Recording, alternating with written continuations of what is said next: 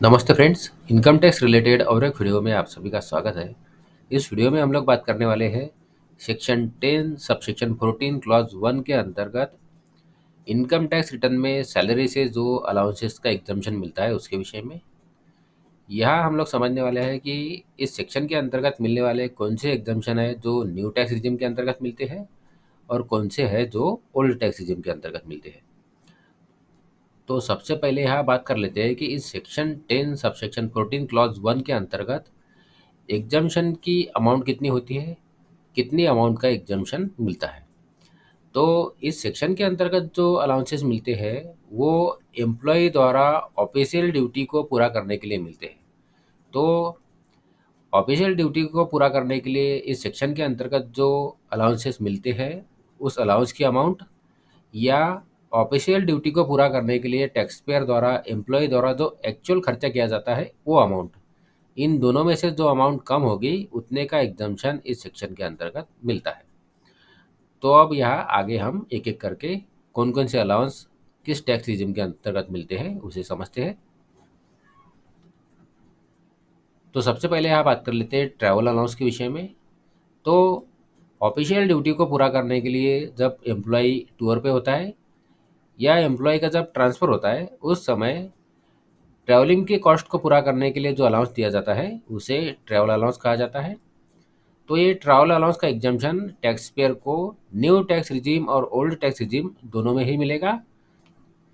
तो salary tax payer travel allowance का exemption दोनों ही टैक्स रिजीम में अपने इनकम टैक्स रिटर्न में क्लेम कर पाएंगे। इसके बाद यहाँ बात कर लेते हैं डेली अलाउंस के विषय में।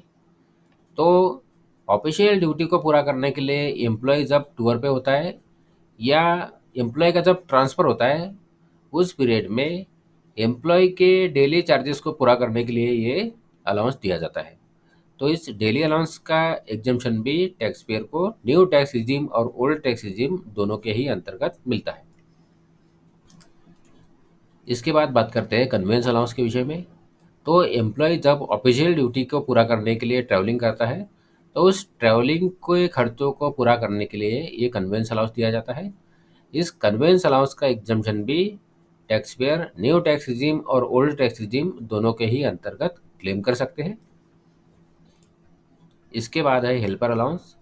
तो एम्प्लॉय द्वारा ऑफिशियल ड्यूटीज़ को पूरा करने के लिए यदि हेल्पर अपॉइंट किया जाता है, हेल्पर की मदद ली जाती है, तो उस हेल्पर के खर्चों को पूरा करने के लिए ये हेल्पर अलाउंस दिया जाता है।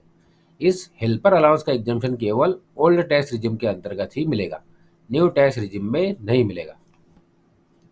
इसके बाद है रिसर्च एकेडमिक अलाउंस।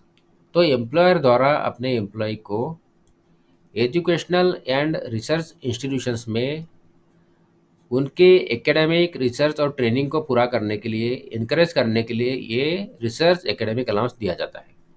तो इसका एग्जम्पशन सैलरी टैक्स पेयर को केवल ओल्ड टैक्स रिजिम के अंतर्गत मिलेगा, न्यू टैक्स रिजिम के अंतर्गत नहीं मिलेगा। इसके बाद है यूनिफॉर्म अलाउंस। तो यदि किसी एम्प्लॉय को ऑफिशियल ड्यूटीज़ को पूरा करने के लिए यूनिफॉर्म पहनना होता है तो ऐसे में उस यूनिफॉर्म को परचेस करने के लिए या उसका मेंटेनेंस करने के लिए ये यूनिफॉर्म अलाउंस दिया जाता है। इस यूनिफॉर्म अलाउंस का एग्जम्पशन केवल ओल्ड टैक्स रिजिम में ही सैलरी टैक्स पेयर क्लेम कर पाएंगे, न्यू टैक्स रिजिम में उन्हें इसका एग्जम्पशन नहीं मिलेगा।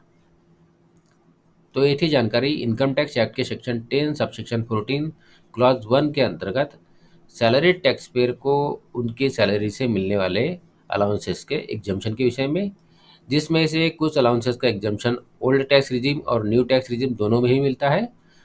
तो कुछ अलाउंसेस ऐसे हैं जिनका एग्जम्पशन केवल ओल्ड टैक्स रिजिम में ही मिलता है। तो आशा करता हूँ इस वीडियो की जानकारी आपको यूज़फुल लगी हो। यदि इस वीडियो की जानकारी आपको यूज़फुल लगी है तो वीडियो को लाइक करिए, चैनल को सब्सक्राइब करिए। धन्यवाद।